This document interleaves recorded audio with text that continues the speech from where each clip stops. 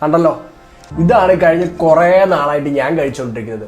അതല്ലാണ്ട് ഒരു പ്രോട്ടീൻ പൗഡറോ സാധനങ്ങളോ ഒന്നും മേടിക്കുന്നില്ല. മെജോറിറ്റി പ്രോട്ടീനും ചിക്കനിൽ നിന്ന് തന്നെയാണ് കഴിക്കുന്നത്, അല്ലാണ്ട് വേറെ സപ്ലിമെന്റ്സ് ഒന്നും എടുക്കുന്നില്ല. അപ്പൊ നിങ്ങളും ഇത് മാറ്റിയിട്ട് ഇത് കഴിക്കാൻ നോക്കണം.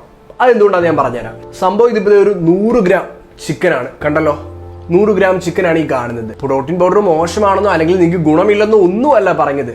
പ്രോട്ടീൻ പൗഡർ നല്ല ബെനിഫിഷ്യൽ ആയിട്ടുള്ള ഒരു സപ്ലിമെന്റ് തന്നെയാണ്. പക്ഷേ ജിമ്മിൽ പോകുന്ന പല ആൾക്കാരും പറയുന്ന ഒരു കംപ്ലൈന്റ് ആണ്, നമ്മുടെ പൈസയൊന്നുമില്ല, അതുകൊണ്ട് തന്നെ നമുക്ക് ബോഡി സെറ്റ് ആക്കാനായിട്ടുള്ള ഒരു സാമ്പത്തികമില്ല, അതിനുള്ളൊരു സിറ്റുവേഷൻ ഇല്ല എന്ന്. 1 കിലോ പ്രോട്ടീൻ പൗഡറിന്റെ ആവറേജ് റേറ്റ് വരുന്ന ഒരു 3000 റുപ്പീസ് ആണ്.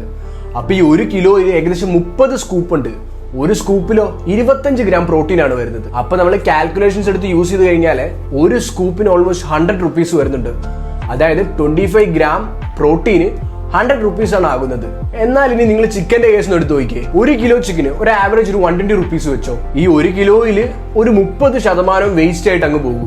അപ്പൊ അതുകൊണ്ട് നമുക്കത് കൂട്ടാൻ പറ്റില്ല. അപ്പൊ ഒരു 700 ഗ്രാമിന് 120 രൂപ. അപ്പൊ 100 ഗ്രാമിനോ 120 ഡിവൈഡഡ് ബൈ 7, അപ്പൊ എത്ര വരും? 17 രൂപ.